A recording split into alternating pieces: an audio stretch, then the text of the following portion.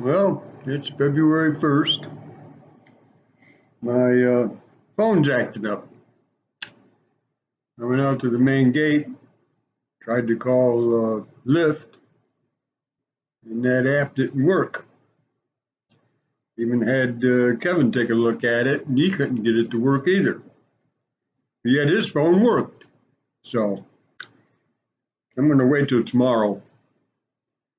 I went out and got $100 from the bank, stopped by the main office, and tried my Lyft thing. Half worked. So I'm not going to trust it tonight.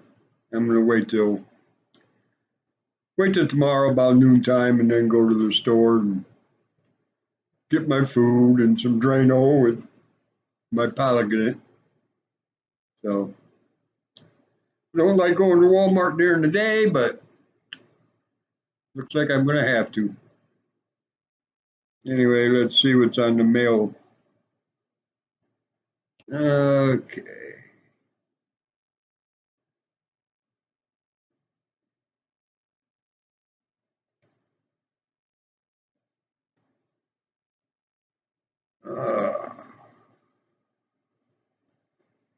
How many children did Lee bear Jacob? Whoa, I think 4. I think. Nope, 7. Yeah, a lot of sex there, that's for sure.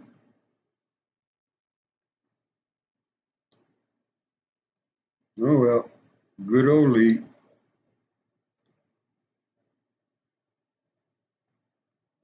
Okay. Verse of the day, January 31st, 2020. Psalms 143:8. Let me hear in the morning of your steadfast love, for in you I trust. Make me know the way I should go, for to you I lift up my soul. Why this verse? Almost everyone on earth has probably whispered up to the heavens at some point or another and said, show me what to do. Oh, I do that all the time. But instead of stopping there, the psalmist lives up his very soul to God, asking him to show the way. Our lives would be so much fuller if we were to do the same, simply allowing the Creator to use us for His purpose, which means full satisfaction and great joy. To know that we are actively pursuing the reason for our existence would establish significant meaning to our days. They would no longer just run together. Every day, every breath would have purpose of every morning, starting with asking God, show me the way to go and what I should do, for I am yours. That's nice.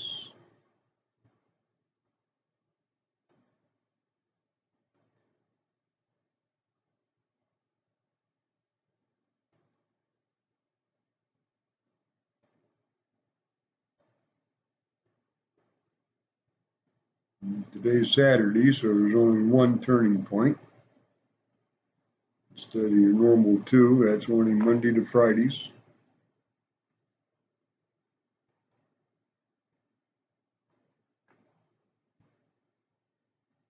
Whoa, that's right. That's right. You gotta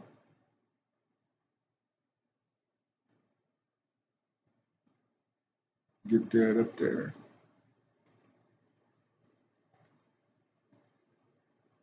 Love, take the leap. February 1st, 2020.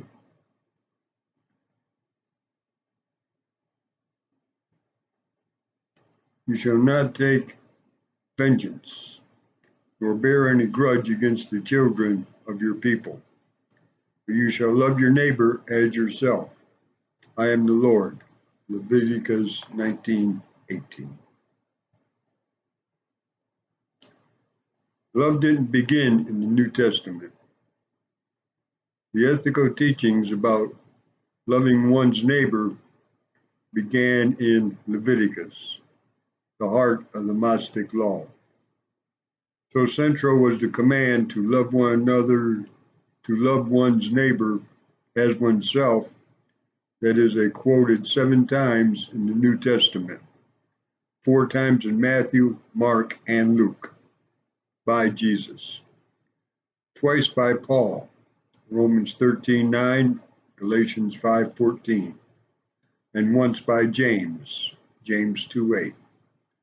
Jewish religious teachers thought the command to love one's neighbor implied hating one's enemy.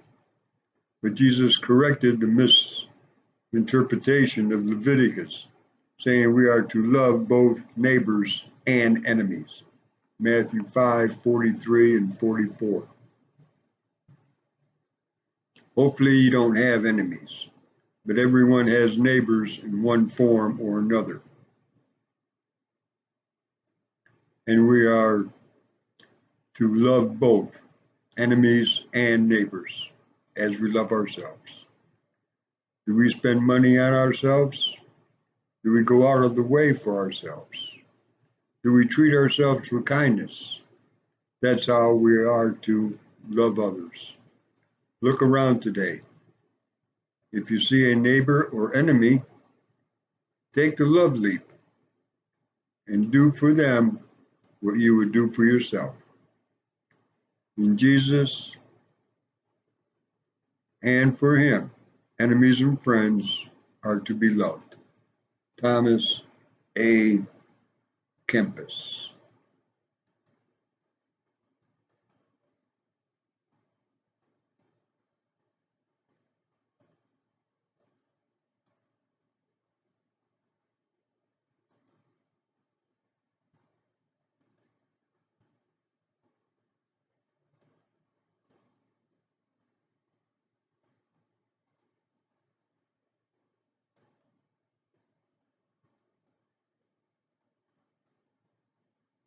Okay.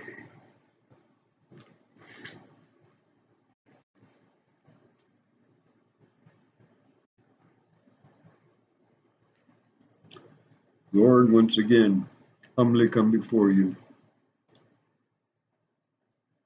hoping that whatever happened to my phone, when I call Verizon tomorrow, they'll be able to tell me what exactly happened.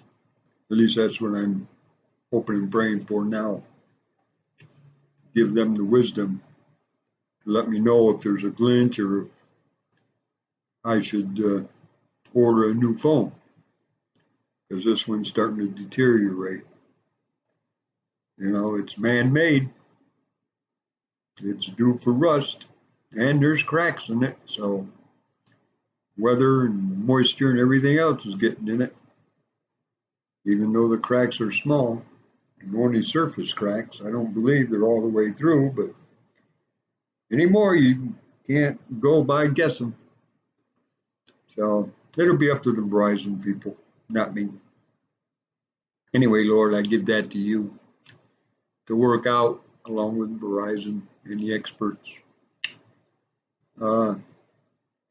Be with my friends, be with my family, give them the wisdom to get through the day, and please give me the wisdom to get through the day. I put my sins at the cross, but I worship an air breathing, food eating, live God, one that I'm looking forward on meeting and getting back in a relationship with Mom and Chuck and Mary and everybody else up there, Hazel, Myrtle. Lord, thank you. Thank you for this long life, but I want it to end. And with that, I love you as you love me. And I have no enemies. I have no drama. that's all you're doing is in molding me. And I want to thank you for that. So, be with us today as we go through your word and your 2 devotions from David Jeremiah. That you'll be able to touch us, and that you'll be able to touch us. Ask this in your name. Amen. Okay. February 1st.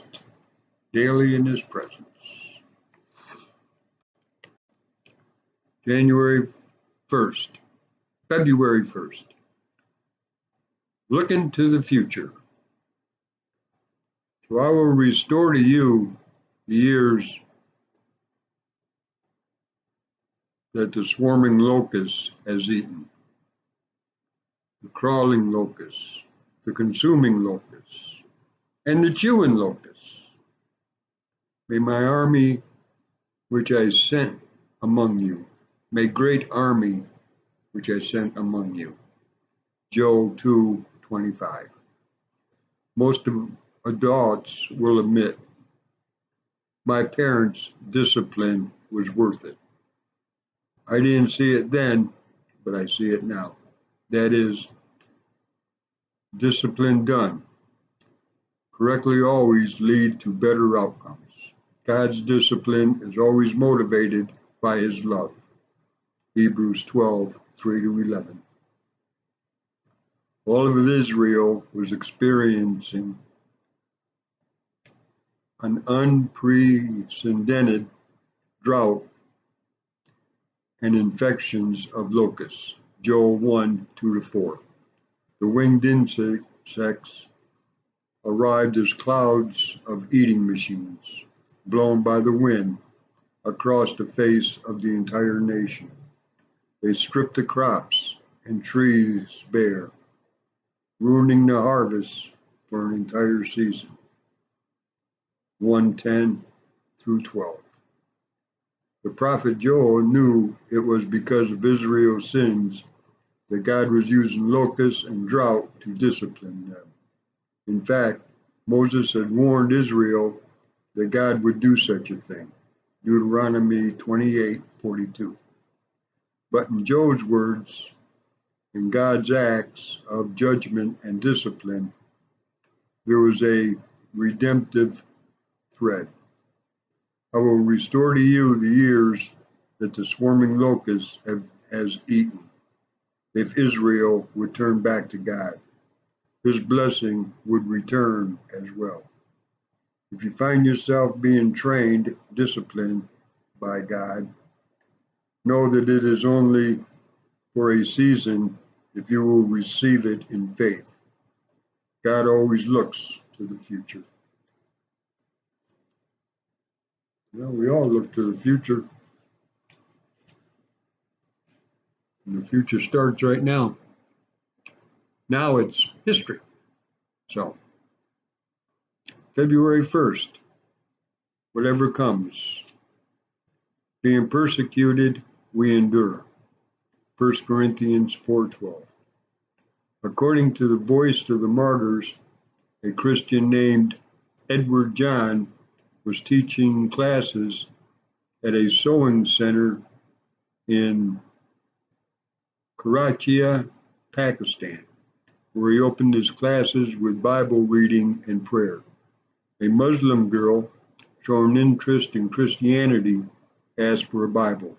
Edward gave her one and never saw her again. Instead, Edward was beaten by a mob. His sewing center was closed and his landlord evicted him. Edward and his family had moved to a new location, where being persecuted, they endured. Although I was in trouble, he said, I haven't stopped my evangelism work. We must follow the Lord's example, not only in the good things that come, but also in suffering and persecution.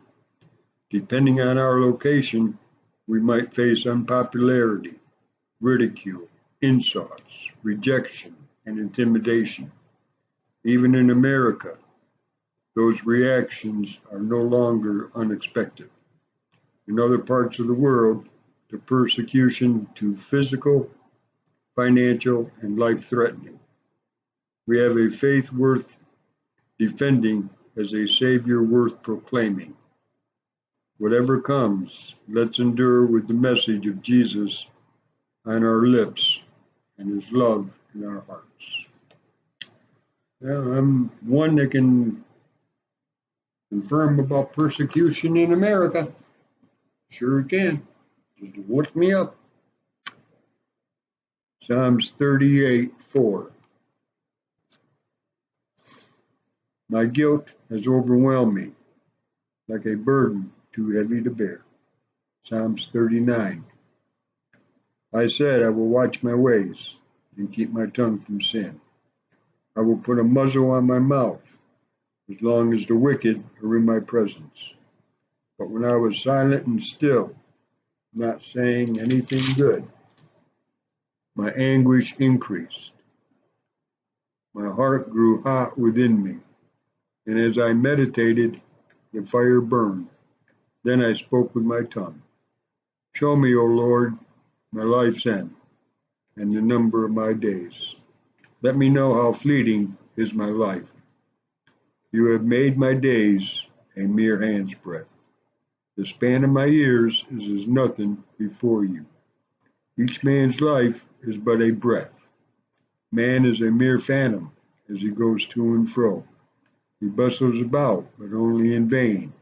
He heaps up wealth, not knowing who will get it.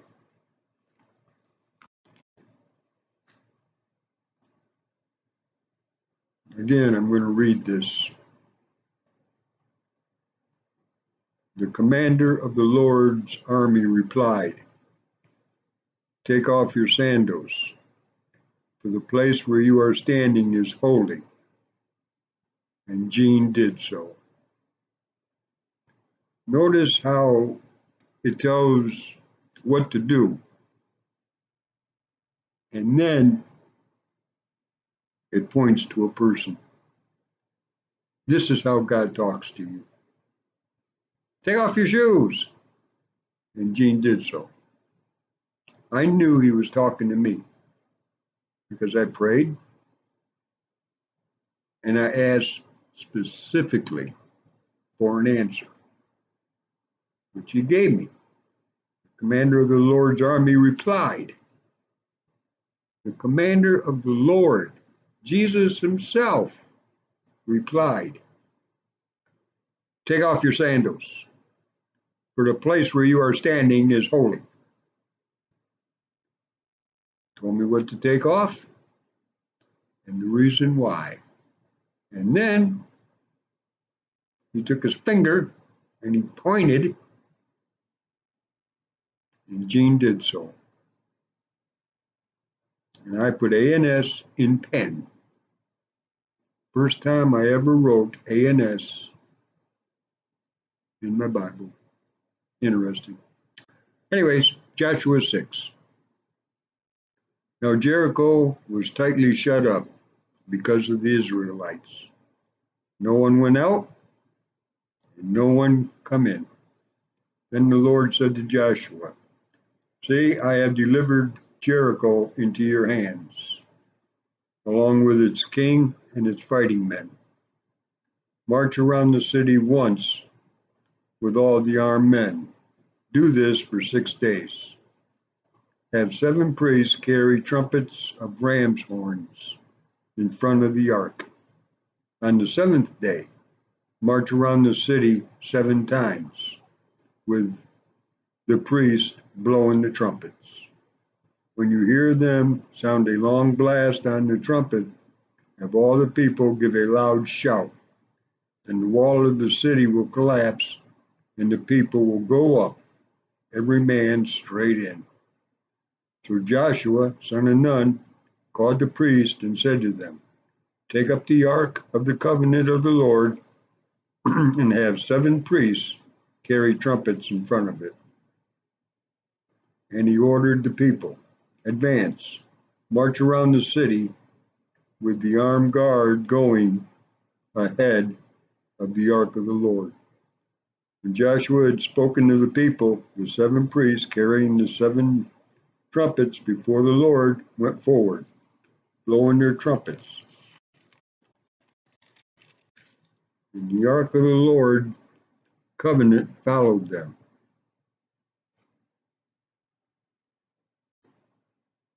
The armed guard marched ahead of the priest who blew the trumpets, and the rear guard followed the ark. All this the trumpets were sounding. But Joshua had commanded the people, do not give a war cry, do not raise your voices, do not say a word until the day I tell you to shout. Then shout.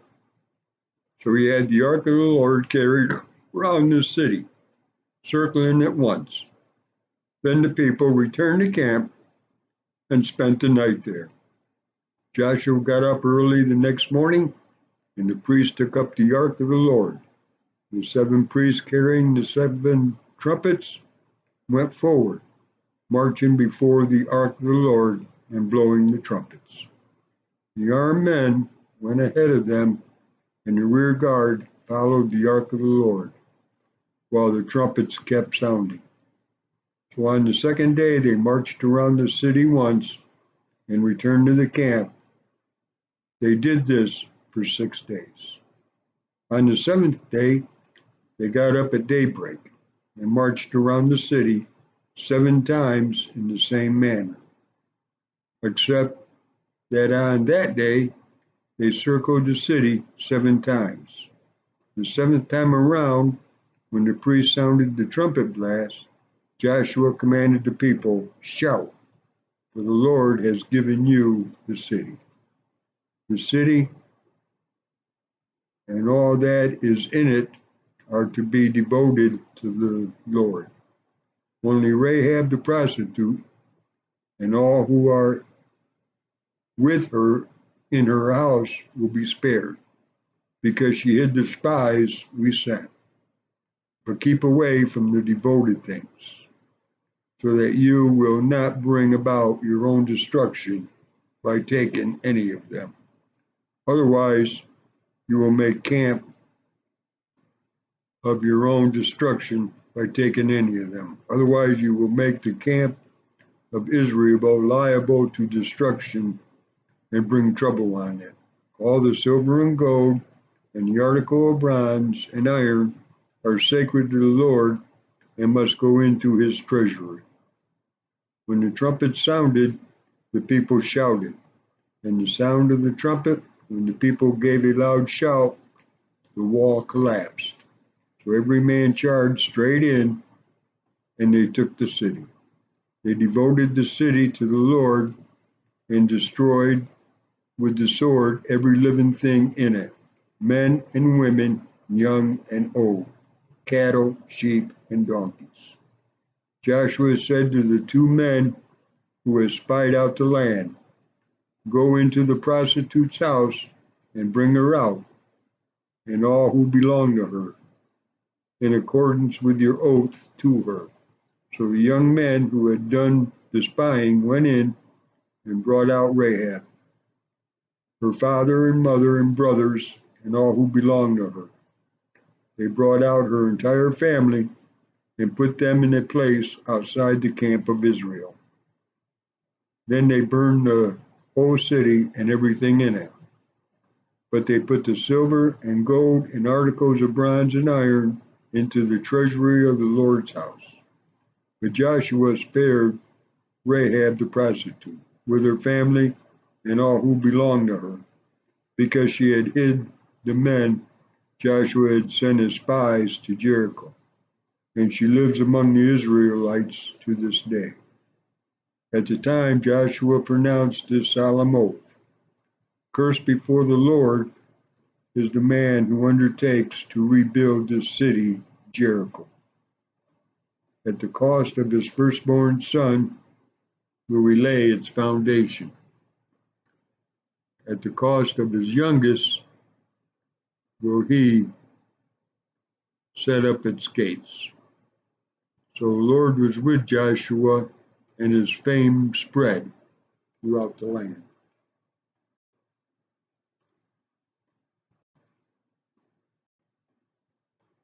in loving memory of Mom, July 11th to July 6th, 2014. God saw you getting tired, and a cure was not to be. So he put his arms around you and whispered, "Come to me."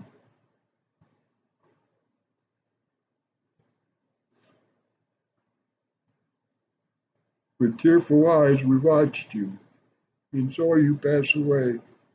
Although we loved you dearly, we could not make you stay. A golden heart stopped beating, hard working hands at rest. God broke our hearts to prove to us he only takes the best. Mom, sometimes it's hard for me to read this. Other times I can zip right through it. Sure, I mentally admire it, but sometimes it hits real hard. Like I'm doing something wrong in reading it, but I know I'm not.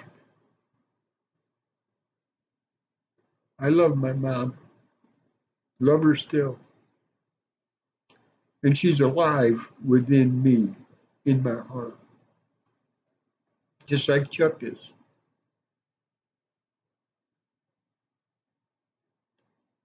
Lord, be with us today. Tell Mom I'm still thinking of her, still have her in my heart, still have her on my mind, still have her on my thoughts. Her ways are my ways. At least I try. I just wish I could be more like her. I'm only 1%. At least that's how I feel. Just like I'm the black sheep of the whole family, I still feel that. Be with me and guide me. Give me wisdom to see it the way it is, please. Give me wisdom to overcome my feelings and dry up my tears. I know they're tears of joy, but still,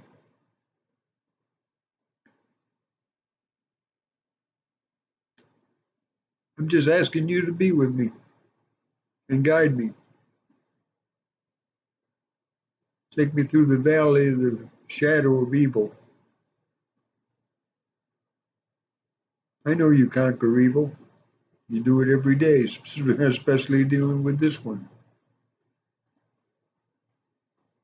I'm the worst Christian that there is, and I don't like that position. But I don't want to be the best either, because then pride will set in. I don't want to be cold. I don't want to be hot. I want it lukewarm. I know is a stink in your mouth, but I'll be whatever you want me to be. Your will, not mine. Like Jesus said, Lord, take this cup from me. But if it's not your will, not mine. Well, I'm saying the same thing, Lord. Take this cup from me. But if you will that I have to drink of this cup, then I'll drink it. Your will, not mine. Because my will is selfish and prideful and human. Your will is perfect. And that I honor, that I glorify. Be with us as we go through this weekend. And like I said in the opening prayer, be with Verizon that they make the right decision and can explain to me what happened last night.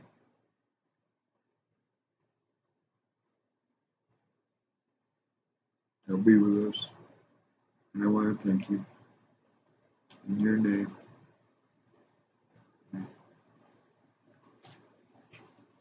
Well, like I said, I'm not going to go to Walmart until probably about noontime tomorrow. It'll be when I can deal with Verizon. I'll probably call them about 9 in the morning, find out what happened. Anyway, have a beautiful weekend and love both enemies and neighbors. Bye.